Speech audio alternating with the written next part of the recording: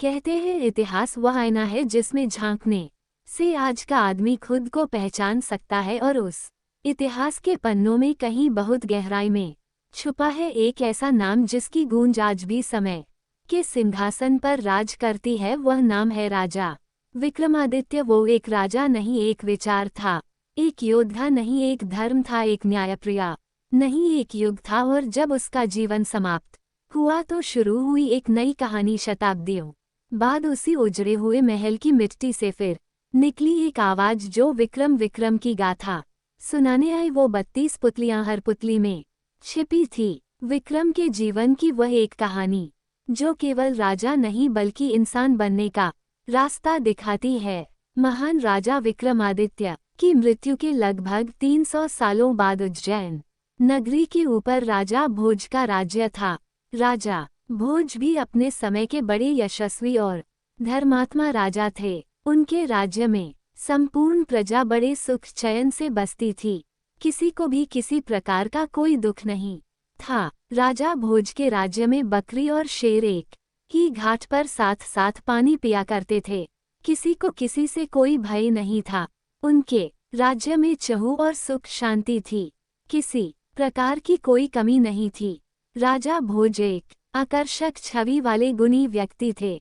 वे इतने सुंदर थे कि कोई भी स्त्री उन्हें एक बार देख ले तो क्या मजाल कि वो मरते दम तक भी उन्हें भुला सके। उनकी सभा इतनी भव्य होती थी कि स्वयं इंद्रदेव भी उनसे ईर्ष्या करते थे। राजा भोज के दरबार के आगे इंद्र का दरबार भी फीका नजर आता था। राजा भोज की नगरी में सब कुशल मंगल से चल रहा था, पर एक दिन जब राजा भोज के हर कार्य उनके किसी काम से जा रहे थे तो उन्होंने एक अजीब दृश्य देखा कि एक साधारण सा चरवाहा बीच खेतों के एक मकान पर चढ़ा हुआ है और चिल्ला चिल्ला कर राजा भोज के बारे में उल्टा सीधा कह रहा है। राजा भोज को पकड़ कर मेरे पास लाओ, उसे सजा दिलवाओ और मेरा राज्य मुझे दे दो। एक चरवाहे के मुख से अपने राजा के लिए ऐसी बातें सुन हरकारों को बहुत गुस्सा आया। उन्होंने उस चरवाहे को पकड़कर नीचे उतारा और बोले, क्या बक रहा है तू? अगर राजा महाराज को तेरी इस हरकत का पता चलेगा तो वह तुझे तोप के मुंह पर बिठाकर उड़ा देंगे। हरकारों की बात सुन चरवाहा गिड़गिड़ाते हुए माफी मांगने लगा। मचान से उतरते ही एकदम से उसका व्यवहार बदल गया, जैसे उसे कुछ पता ही ना हो। उसे गिड़गिड़ाते देख हरकारों को उस पर दया आ गई। उन्होंने चरवाहे को छोड़ दिया और वहां से चले गए। अगले दिन जब वे फिर वहां से गुजरे तो उन्होंने फिर वही सब देखा और सुना। चरवाहा फिर से मचान पर चढ़ा राजा भोज के बारे में उल्टा सीधा बोल रहा था। आसपास पूछने पर पता चला वह खेत किसी कुम्हारिन का था। जब भी वह अपने खेत में कोई फसल उगाती तो पूरे खेत में बहुत अच्छी फसल होती, पर उस मचान वाली जगह पर एक पौधा तक नहीं उगता था। आखिर कुम्हारिन ने उस जगह पर एक ऊंचा सा मचान बनवा दिया ताकि इसके ऊपर चढ़कर खेत की रखवाली की जा सके। चरवाहे के बारे में पूछा तो पता चला कि वह एक साधारण सा चरवाहा है, पर पता नहीं क्यों जब भी वह इस मचान यानी चबूतरे पर चढ़ता है तो इसी प्रकार की बातें करता है और नीचे उतरते ही उसका व्यवहार बिल्कुल सामान्य हो जाता है। ये सब जानने के बाद राजा भोज के हरकारों को बड़ा अजीब लगा। उन्होंने राजमहल जाकर यह सारा किस्सा ज्यों का त्यों राजा के सामने कह सुनाया। सारी बात सुन राजा भोज को भी बड़ा अचरज हुआ। हमारे राज्य में तो सब लोग सुख शांति के साथ रहते हैं, फिर वह चरवाहा ऐसी हरकत क्यों कर रहा है? जरूर इसके पीछे कोई तो बात है।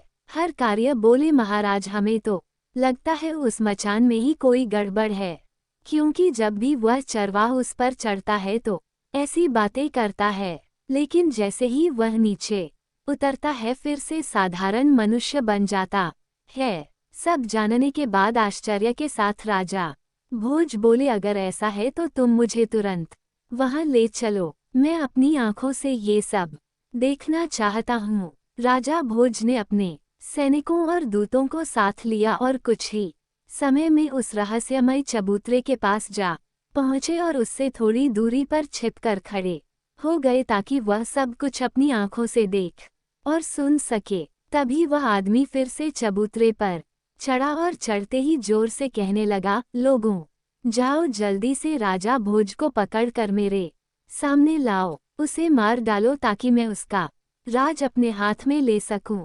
ये सुनते ही राजा भोज गुस्से और हैरानी के मिश्रित भावों से भर जाते हैं, पर वे बिना कुछ कहे चुपचाप अपने हरकारों के साथ वापस महल लौट जाते हैं। पूरी रात उनके दिमाग में यही सब चलता रहा कि उस मचान में ऐसा क्या है जो एक मामूली सा चरवाहा ऐसी हरकत कर रहा है।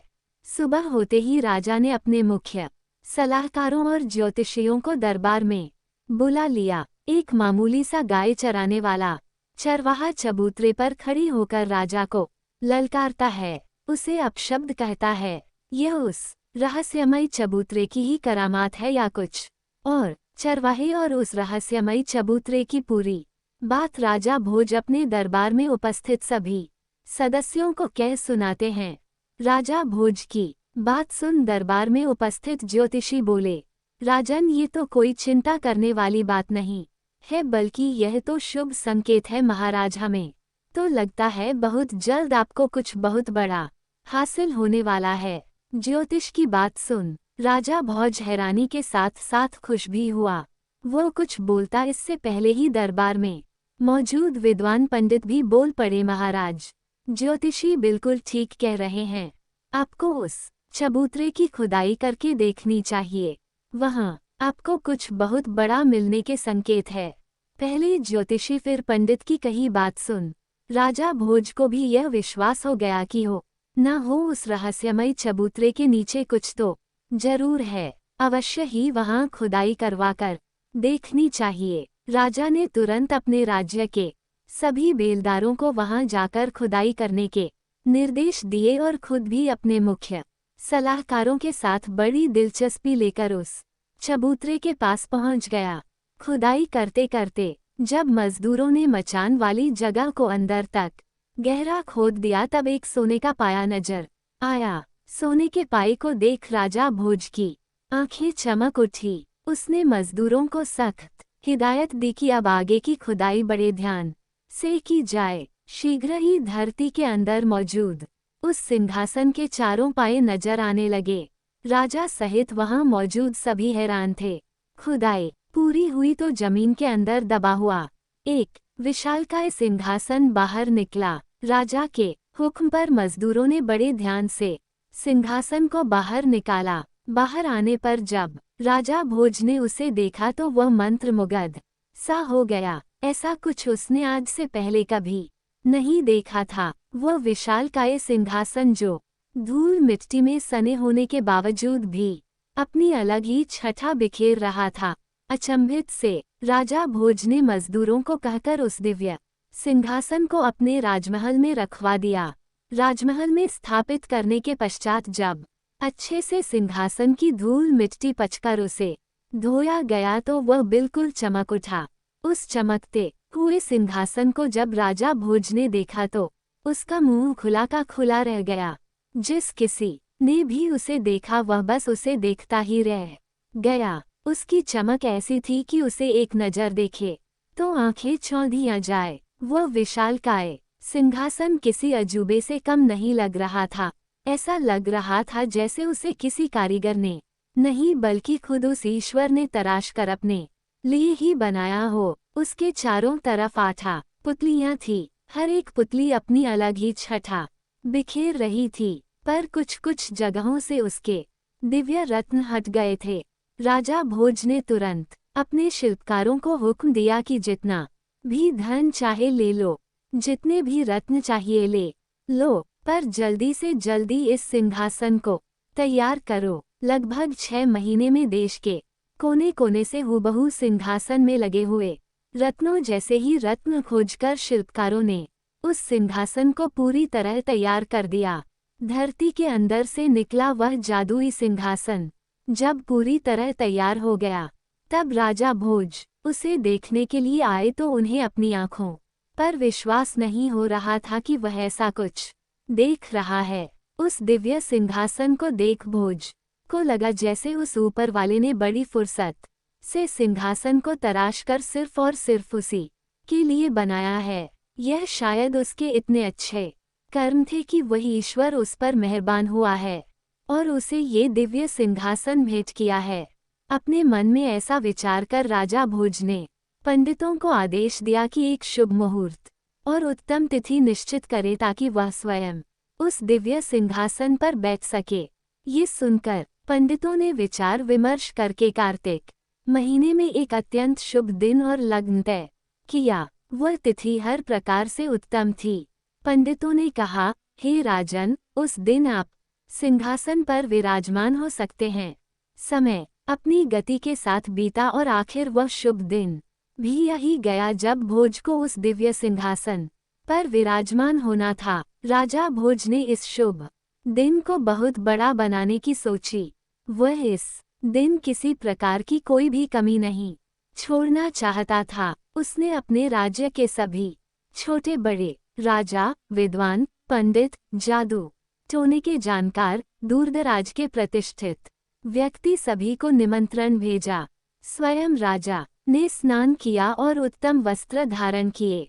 वेद पाठी पंडित वेदों का उच्चारण करने लगे। गंधर्व मधुर गीत गाने लगे। भाट राजा की वीरता और यश का बखान करने लगे और विविध प्रकार के वाद्य यंत्र बजने लगे। पूरे महल में आनंद उत्सव की लहर फैल गई। जो भी अतिथि आए थे उनका भव्य स्वागत हुआ। ब्राह्मणों को गांव दान में दिए गए। युवाओं को स्वादिष्ट भोजन और जो कुछ उन्होंने मांगा वह प्रदान किया गया। गरीब लोगों को वस्त्र भेंट किए गए। आम जनता को इनाम और भेंट दी गई। सारा नगर दान, दक्षिणा और नेकी से भर गया। शाही सेना को विशेष भोजन और इनाम मिले।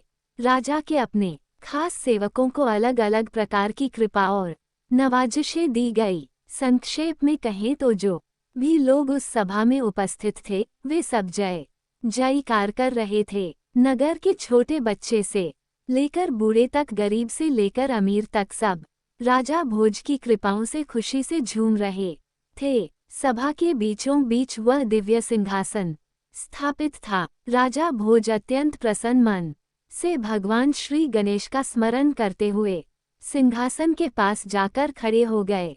जैसे ही राजा ने सिंहासन पर चढ़ने के लिए अपना दाहिना पैर बढ़ाया तभी सभी पुतलियां खिलखिलाकर हंस पड़ी। सिंहासन में लगी निर्जीव पुतलियां हंसी ये किसी अचंभे से कम नहीं था। कुछ समय पहले जहां नाच गाना राग रंग हो रहा था वहां एकदम से घोर सन्नाटा पसर गया। सबके मुंह भारी आश्चर्य से खुले के खुले रह गए। किसी को भी समझ नहीं आया कि यह हुआ तो आखिर हुआ क्या। राजा भोज भी एकदम सन पड़ गए, मानो पत्थर के बने हो। उनका मुंह पीला पड़ गया और गला एकदम सूख गया। घबराहट और शर्मिंदगी के मिश्रित भावों ने उन्हें घेर लिया। उनके आश्चर्य की सीमा नहीं थी। मारे शर्म और भय के राजा भोज तो जैसे धरती में घुसे जा रहे थे। आगे बढ़ाया हुआ अपना दाहिना पैर उन्होंने तुरंत पीछे खींच लिया। बिना सांस मांस की पुतली जब खिलखिलाकर हंसी तो मारे भय के राजा भोज का रंग उड़ गया। पूरी सभा में घोर सन्नाटा पसर गया। राजा भोज ने किसी तरह साहस जुटाया और सिंहासन पर बनी पुतलियों की तरफ देखते हुए बोले, तुम सब ने ऐसा क्या देखा जो तुम यूं खिलखिलाकर हंसी?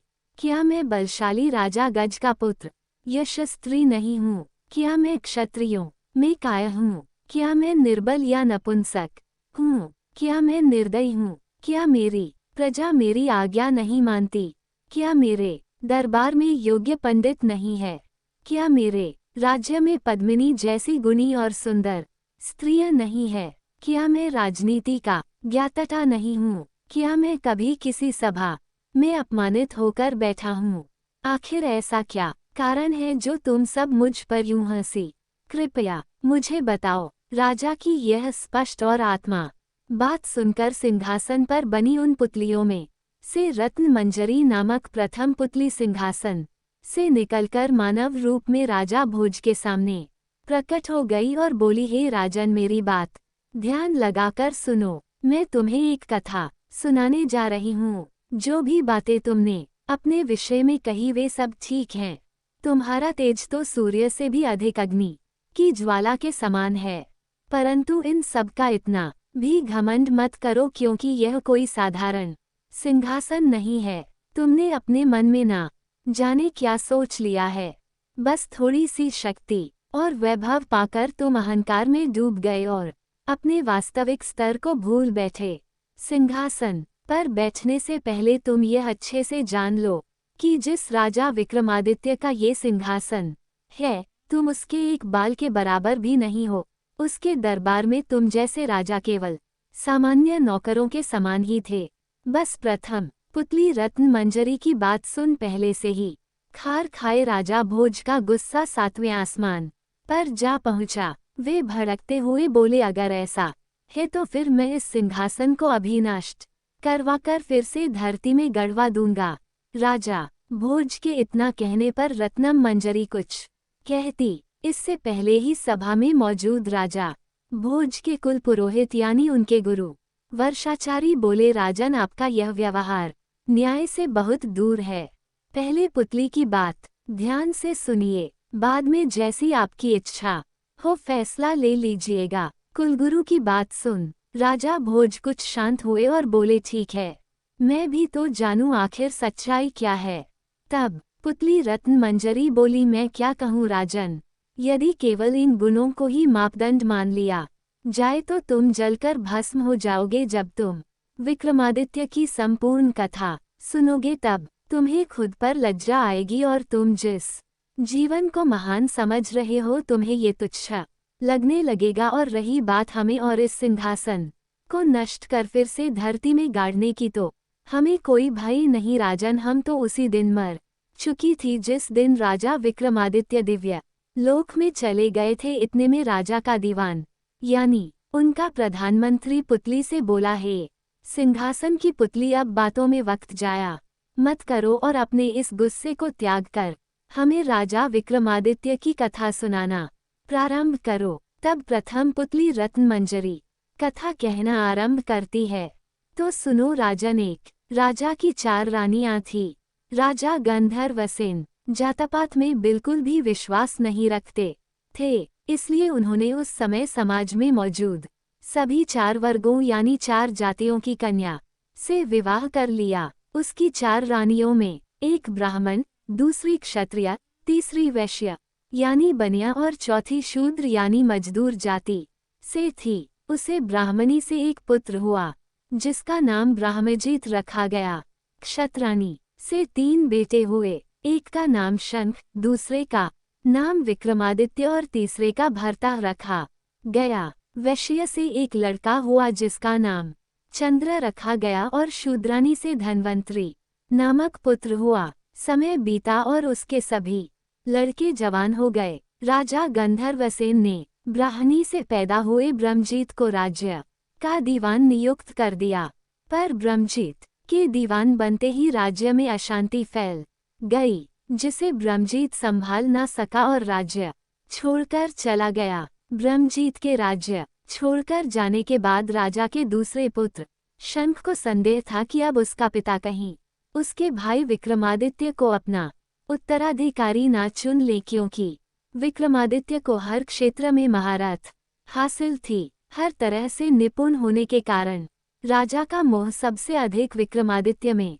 ही था। इसी के चलते एक दिन शंख ने अपने पिता राजा गंधर्वसेन की हत्या कर दी और स्वयं उज्जैन का राजा बन बैठा। जब राजा गंधर्वसेन की हत्या की खबर उसके बाकी बेटों ने सुनी तो वह सब अपनी जान बचाने के लिए राज्य छोड़कर भाग खड़े हुए। विक्रमादित्य को जब अपने भाई के इस कृत्य का पता चला तो उन्हें अपने भाई पर अथाह क्रोध आया, पर समय की नजाकत को भांपते हुए उन्होंने बुद्धि से काम लिया कि अभी समय उसके पक्ष में बिल्कुल भी नहीं है। सारा राज्य काज, शस्त्र बल इत्यादि उसके भाई शंख के नियंत्रण में है। अंततः समय अनुकूल न होने के कारण विक्रमादित्य भी उज्जैन को छोड़कर जंगलों में चले जाते हैं। सबके जाने के बाद शंख आराम से उज्जैन नगरी के ऊपर शासन करने लग जाता है। पर फिर भी उसे रह रह कर यह डर सताता कि एक दिन उसके भाई वापस आकर उसकी हत्या कर यह सत्ता छीन लेंगे। इसी आशंका के चलते राजा शंख ने निर्णय लिया कि वह अपने भाइयों का पता लगाकर उन्हें भी मरवा देगा। राजा शंख ने एक दिन देश प्रदेश से बड़े बड़े ज्योतिषी और भविष्यवक्ता बुलाए और अपना भाग्य बताने के लिए कहा। जब ज्योतिषी और भविष्यवक्ताओं ने राजा शंख की कुंडली के माध्यम से उसका भविष्य देखा तो उन्हें बड़ा अचरज हुआ। उन्होंने राजा शंख को बताया कि उसे उसके किसी भाई से कोई खतरा नहीं है, केवल विक्रमादित्य को छोड़कर उसकी कुंडली बता रही है कि उसकी मृत्यु उसके भाई विक्रमादित्य के हाथों लिखी हुई है। यह सुनकर राजा शंख के पूरे शरीर में डर की लहर दौड़ गई। उसने तुरंत सख्त हिदायत दे देश प्रदेश सब जगह अपने गुप्तचर फैला दिए। आखिरकार गुप्तचरों को जंगल में एक झील दिखी जिसमें विक्रमादित्य का प्रतिबिंब दिख रहा था। उन्होंने तुरंत राजा शंख को संदेश पहुंचाया कि विक्रमादित्य इस समय फला फला जंगलों में रह रहा है। राजा शंख को जब विक्रमादित्य का पता चला कि वह जंगलों में रह रहा है तो उन्होंने तुरंत एक तांत्रिक को बहुत से धन का लालच देकर बुलाया और उसके साथ मिलकर विक्रमादित्य को मारने की योजना बनाई। योजना के अनुसार तांत्रिक जंगलों में विक्रमादित्य के पास जाकर उसे देवी काली की पूजा करने के बहुत से लाभ बताकर उसे पूजा करने के लिए राजी कर लेगा। जब वे इस क्रिया के लिए सहमत हो जाएंगे तब देवी आराधना के अंतिम चरण को पूरा करने के लिए तांत्रिक उन्हें सिर झुकाकर आराधना संपन्न करने को बोलेगा। जैसे ही विक्रमादित्य अपना सिर झुकाएंगे वैसे ही पेड़ों की आड़ में खड़ा राजा शंख उनका सिर धड़ से अलग कर देगा। योजना बना उसे अंजाम तक पहुंचाने के लिए तांत्रिक जंगलों की तरफ चल पड़ता है। थोड़ी दूरी बनाकर राजा शंख भी उसके पीछे पीछे हो लेते हैं। जब तांत्रिक जंगल में जाता है तो उसे विक्रमादित्य वहां मिल जाता है। योजना के अनुसार तांत्रिक उन्हें पूजा अर्चना के लिए सहमत कर लेते हैं। जब आराधना के अंतिम चरण में तांत्रिक ने उन्हें सिर झुकाने को बोला तो विक्रमादित्य को कुछ संदेह हुआ। उन्होंने इशारा कर पहले तांत्रिक को यह क्रिया करके दिखाने के लिए कहा।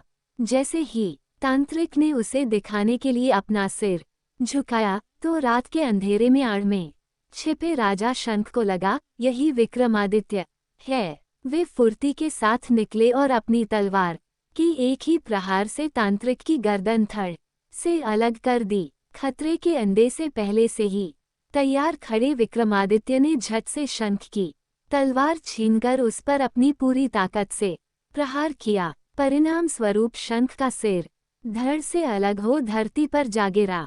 इस तरह विक्रमादित्य ने अपने पिता की हत्या का बदला ले लिया। शंख को उसके कर्मों का फल देने के बाद विक्रमादित्य उज्जैन लौट आए और राज्य को संभाल लिया। वह एक सदाचारी, न्यायप्रिय, दानी, उदार व लोकप्रिय राजा थे। उज्जैन की जनता उनके जैसा शासक पाकर धन्य हो गई। एक बार राजा विक्रमादित्य शिकार के लिए एक जंगल में गए हुए थे। वहां एक हिरन का पीछा करते करते वे बहुत दूर निकल गए और रास्ता भटक गए। घूमते घूमते वे एक महल के सामने जा पहुँचे। वह महल लूथवरन नाम के एक व्यक्ति का था जो उस राज्य का दीवान था। राजा विक्रमादित्य उनके पास गए। दोनों में वार्तालाप हुई। दोनों ने एक दूसरे को अपना परिचय दिया। विक्रमादित्य का परिचय मिलने पर दीवान लूथवरन उनसे मिलकर अत्यंत प्रसन्न हुए। वे उसे अपने राजमहल ले गए और उनका आदर आतिथ्य किया।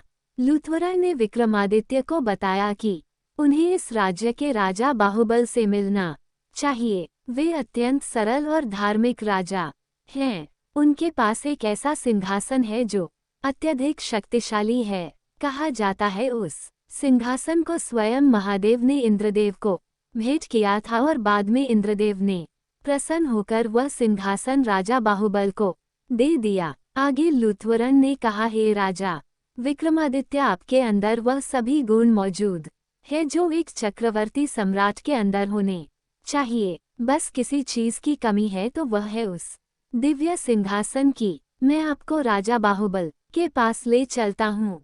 जब वह आपसे कुछ मांगने को कहे तब आप उनसे वह दिव्य सिंहासन मांग लेना। इसी मकसद के साथ विक्रमादित्य और लूथ्वरन दोनों राजा बाहुबल के पास जाते हैं। तब राजा बाहुबल भी विक्रमादित्य से मिलकर अत्यंत प्रसन्न हुआ और बोला, विक्रमादित्य, तुम संपूर्ण भारत में इकलौते ऐसे राजा हो जिसने इतने कम समय में इतनी प्रसिद्धि हासिल कर ली कि अब देश के कोने कोने में लोग तुम्हें जानते और चाहते हैं। राजा बाहुबल ने भी राजा विक्रमादित्य का शानदार आदर आतिथ्य किया। कुछ दिन सम्मान के साथ राजा विक्रमादित्य राजा बाहुबल के अतिथि बनकर रहे। फिर एक दिन जब विक्रमादित्य ने राजा बाहुबल के आगे वापस उज्जैन लौटने की इच्छा जाहिर की, तब राजा बाहुबल ने उन्हें कोई भेंट मांगने का अनुरोध किया। राजा विक्रमादित्य तो इसी अवसर की तलाश में थे। उन्होंने बिना एक भी पल गवाए राजा बाहुबल से वह अतुलनीय सिंहासन देने का अनुरोध किया। अब क्योंकि राजा बाहुबल विक्रमादित्य को वचन दे चुके थे तो उन्होंने निसंकोच वह सिंहासन राजा विक्रमादित्य को भेंट कर दिया। वे भली भांति इस बात से परिचित थे कि अगर उनके बाद कोई इस सिंहासन के योग्य है तो वह केवल और केवल विक्रमादित्य ही है। उन्होंने खुशी खुशी विक्रमादित्य को सिंहासन देकर विदा कर दिया। जब राजा विक्रमादित्य उस अद्वितीय सिंहासन के साथ उज्जैन नगरी पहुँचे तो उनकी पूरी प्रजा में खुशी की लहर दौड़ गई। उस सिंहासन को देखने दूर दूर से राजा महाराजा उज्जैन आने लगे। राजा विक्रमादित्य ने भारी सभा का आयोजन किया और दूरदराज से विद्वान पंडित बुलाए और उनके समक्ष अपनी इच्छा जाहिर की कि वह एक भारी अनुष्ठान करना चाहते हैं। कृपया आप सब देखकर बताएं क्या वह इसके योग्य है। तब पंडित विद्वान सभी ने एक स्वर में कहा, राजन, आपका प्रताप तीनों लोकों में छाया हुआ है। आपका कोई बैरी नहीं। आपको जो करना हो कीजिए। अपने समस्त खानदान को आमंत्रित कीजिए। 1.25 लाख कन्यादान और 1.25 लाख गाय दान कीजिए। ब्राह्मणों को धन दीजिए और जमींदारों का 1 साल का लगान माफ कर दीजिए। इतनी कथा सुनाकर प्रथम पुतली रत्न मंजरी बोली, हे राजा भोज, आपने अगर कभी ऐसा दान किया है तो आप सिंहासन पर अवश्य बैठे। पुतली की बात सुनकर राजा भोज का अपना सा मुंह हो गया। उन्हें खुद पर बहुत लज्जा आई। वे दरबार में उपस्थित समस्त राज्यसभा सदस्यों से बोले, आज का दिन तो गया, अब तो कल ही सिंहासन पर बैठेंगे। इस तरह सिंहासन बत्तीसी की प्रथम पुतली ने राजा भोज को सिंहासन पर नहीं बैठने दिया। अब बारी थी दूसरी पुतली चित्रलेखा की। कहानी के आगे का भाग भी बहुत जल्द विदिन वीक आप सबके सामने होगा। धन्यवाद मेरे प्यारे दर्शकों।